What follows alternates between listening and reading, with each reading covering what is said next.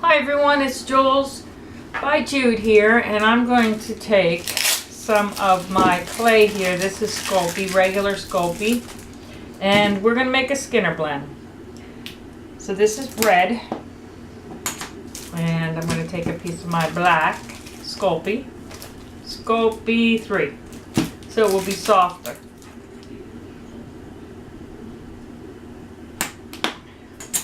Sculpey white, Sculpey 3 white.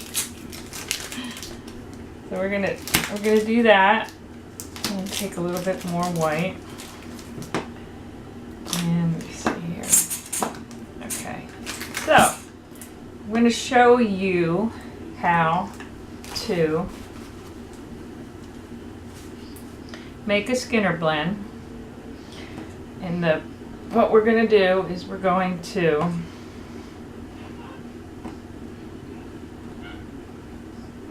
make this a little bit. I need more.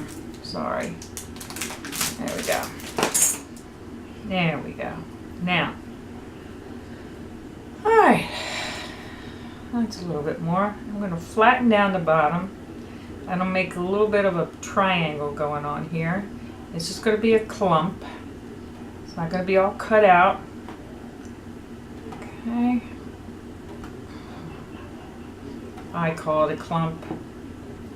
It's a bit of a clump. Okay. Now my red, onto my red. Let's do the black. Now let's do the red. I need a little bit more red. And the red is the regular Sculpey.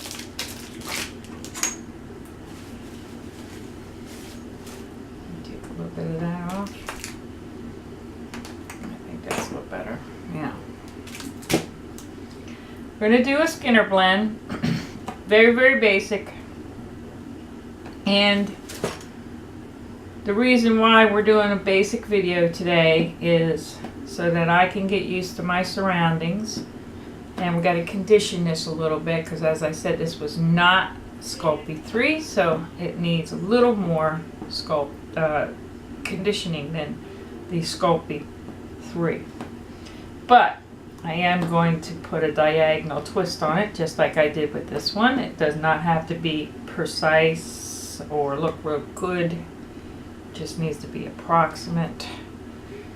And same with the clay. I need a little bit more black. It'll be pretty big. Now, what do you do with this? And what am I doing? What am I doing? I'm making a Skinner blend. A Skinner blend is a blend made out of 3 colors. It's named after Judith Skinner. We share the same first name, but not last name. And this is what one of her ideas and techniques that she used to make a blend. Now, as you can see, this is what we have. But I want my white to be in the center, so I'm going to change it around. Just like this. Sorry. Yeah. This is how I prefer it. You don't want black against red. It's too dark. Too dark, it's just going to get globby. It's not going to be any real transition. I have my white in the center, and then that way I have more of a transition. This is my acrylic roller, and you can get these rollers practically anywhere. Not really, maybe not. Just, well, if you go into a hobby shop like Michael's and Joann's and Hobby Lobby, I believe they all 3 of them have some form of this. You might be able to get one at a hardware store. I have not checked that out yet. What I'm doing now is using my acrylic roller to thin out my blend. And the reason for that is so that it will go through my pasta machine, which obviously by now you may know is also a Polymer clay machine. If you don't look into it, you'll see that the Polymer clay machine is almost identical to a pasta machine. Now this has some dirtiness to it, you might say, and it does. I don't care. This is not my this is not a blend that I need to have precisely. So it's a little bit dirty, but you know, there are ways of taking some of that out, and you could do something like this if you wanted to clean it up a little bit, just to show you. Because and what am I doing is taking this very stiff blade, I'm bending it in. There's other techniques that you can use in the future to do this. So if you wanted a cleaner white, you could do this. If I didn't clean up, because I really don't, I don't need a clean white. I'm more just concerned about the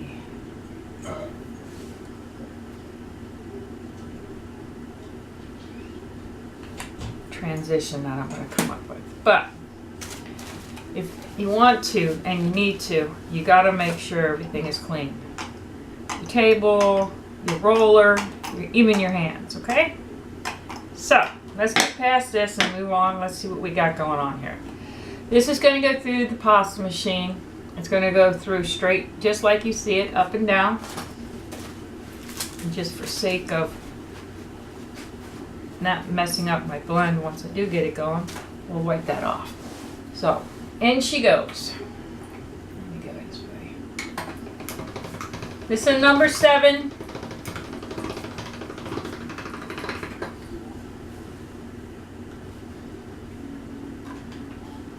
And this is what it looks like. Pretty big. Okay? Gonna fold it forward. Gonna look like this. We're matching our white, our black, and our most of our red. And we are going to stick it through our pasta machine like this. Up and down. Pasta machine, clay. Now this does take quite a few times to go through it. And I want you to see it a little bit in what we would consider to be real time. So I'm going to continue to do that.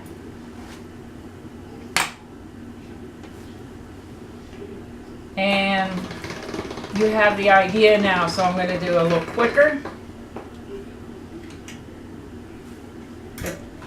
You can see it, still see it. Okay, I'm just not going to slow down until we start to blend. Now there's a few women out there that have been teaching me on YouTube how to do polymer clay. There is also probably quite a few clubs out there that you could probably learn with them as well. But if you're on YouTube and it's all you have right now, there's a few ladies that are definitely worth mentioning. Turtle Soup is one of them. Yvonne Williams. And not in this necessarily in this order, because Samantha is really good. Her design team is Jasmine Design, and she's really good. She's strictly polymer clay, as far as I could tell. She makes her own cutters, her own molds, and she sells them on Etsy. I have bought some.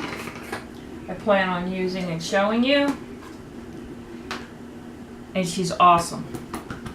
She's easy to understand, very thorough, very professional,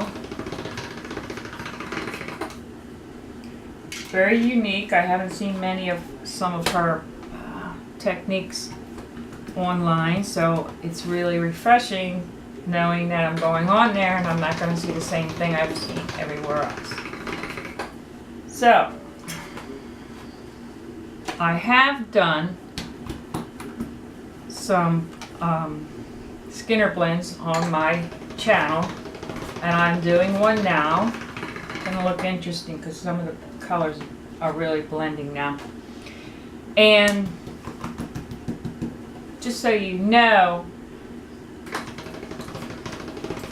Skinner blends are used a lot, but they're not completely necessary on every project. So But it does, you know, there's a lot to be said for it, and there's different techniques of the Skinner blend that you can use to make your canes. Canes are used a lot, and again, they're not the only form or techniques. So, you have a lot out there to go by. One that I would like to try is from Samantha, the Jasmine Design. I saw her just recently, and if you're out there watching these videos too, you may have seen it. And I want to try it, and that's with the liquid clay. She has a really cool piece that she does with liquid clay.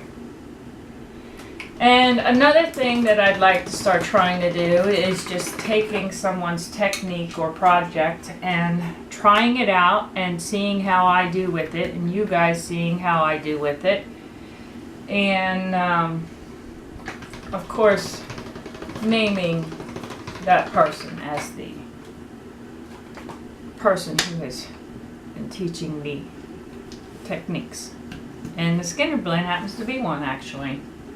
So we are twisting and turning, and we're coming up with quite a blend, as you can see.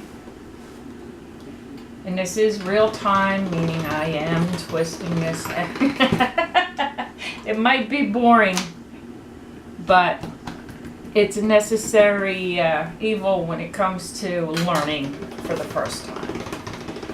And I thought I'd redo one to show everyone that hasn't gotten a chance to see my whole channel and doesn't know how to go all the way back. And anyhow, that's where we're at.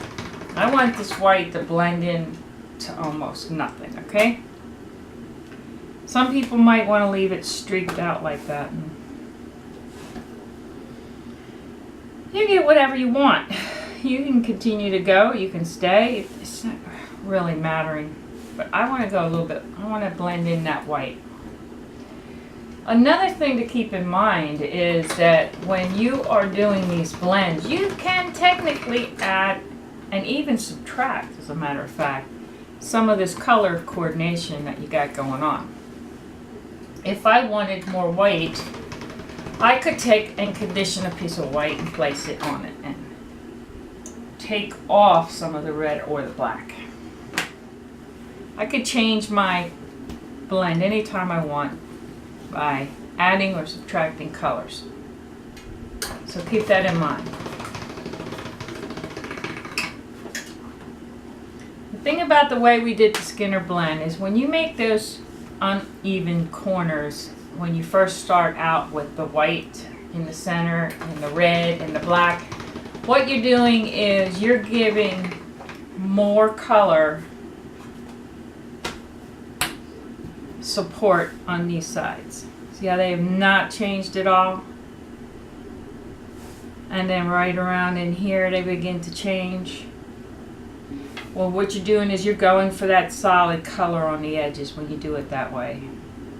You're giving more enforcement to that color. And it won't change. You would have to add actually to that those ends to do that. You really would have to do that.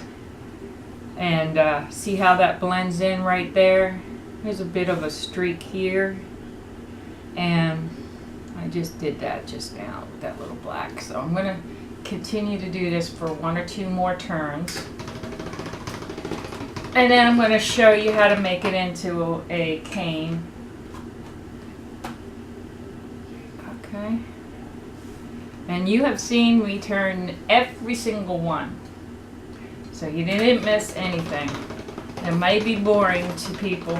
They may have already turned it off because like, oh, I already know how to do a Skinner blend. So, but this is my practice video too as well, guys. So bear with me.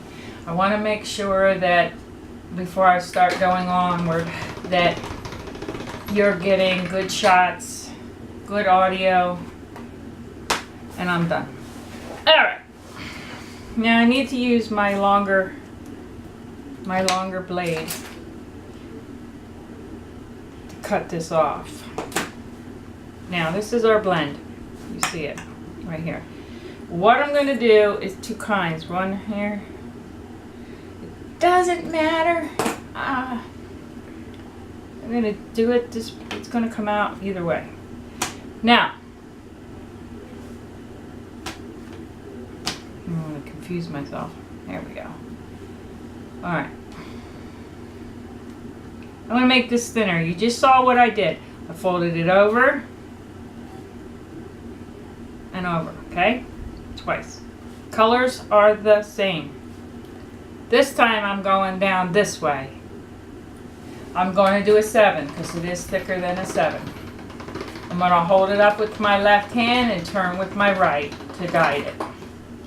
I'm going to bring it out here and show you. That's how I've stretched it out. Okay? And I'm not going to do any more, believe it or not. It's just going to be a thick cane. But I am going to cut this red off and make it nice and even. Okay, I'm going to put this over. Alright. I'm going to do this. I know you can't see some. There we go. Alright. Let me make sure you're in view here. And really what I'm going to do here is it's not as soft as I've been experiencing lately. So I'm kind of lucky. I'm just going to roll this up. Have you all had a jelly roll before? You've seen that, right? That's kind of what we're doing right here. We're rolling. Let's roll it right straight up. Hopefully that won't be too much air. We want to make sure the air is pushed out. In this instance, I did my red in the inside, my pink/white next to it, and my black will be on the outside. And I'm trying to do it as perfectly as possible. And I did. Now, that's what you got. Got this, you got that, and you have this. And what I would like to do is just smooth this out a little bit. So that's kind of how it's transitioning right there too. It's a bit of a gray right there. Now this is your jelly cane. And there's a whole lot of projects that we could do with this. Now, I have my other piece. Going to do the same thing. Different kind of cane. I'm going to turn it again. It still will fit through my pasta machine. Going down. I'm going to hold it with my left hand so it holds steady. Then I'm going to turn with my right hand, and it is going through number 7. So it's rather thick. Now, let me explain to you that in a lot of instances I would go thinner, but today I'm not. I just want to show you how to do this. Now, the thing is, the thinner you get, the harder it will be to manage. It will be. So you need to be careful. You need a lot more room. You're not going to see everything that I do here if I go too thin. Okay? So, I'm going to try to start in the center here, and what I'm going to do is I'm going to go about this far, and I'm going to be like an accordion. Bend it that way. See? Bend it that way. Now I'm going to turn it this way so you can see a little bit better. You could do this flat on the glass, but if I did that it would be much harder for you to see. I hope you can see this really well.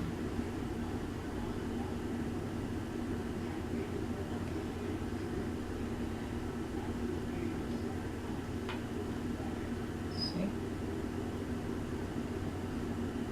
Very nice.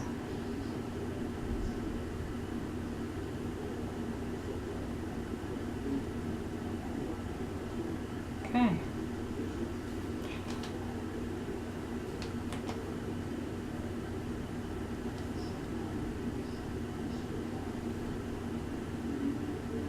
I'll show you a couple things that you can do with these canes on the next video.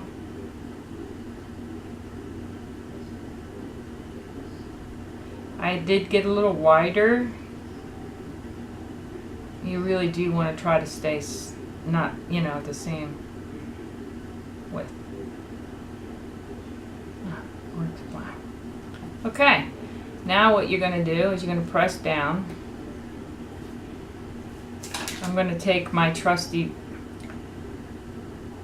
little square plastic acrylic plate and this one is used for stamps a lot of times. I use it for this though, especially the smaller pieces. What am I doing? I'm squeezing down my layers. Okay? Often called reducing in polymer clay.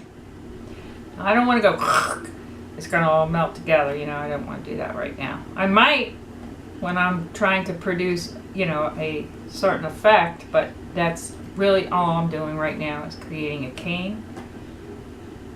I call it the accordion cane. I'm not sure what other names are out there for it. It reminds me of an accordion while I'm doing it. I'm trying to get it a little bit more on the even side. I probably could have done a little bit better when I was folding it. As you can see, it's a little drooping in a little bit, and that's why it is. But in some instances, you might want to be a lot more precise, and in others, you don't need to be. So you just need to know what it is that you need to do. I mean, what your project is requiring, or even what your design is requiring, and what you're trying to achieve.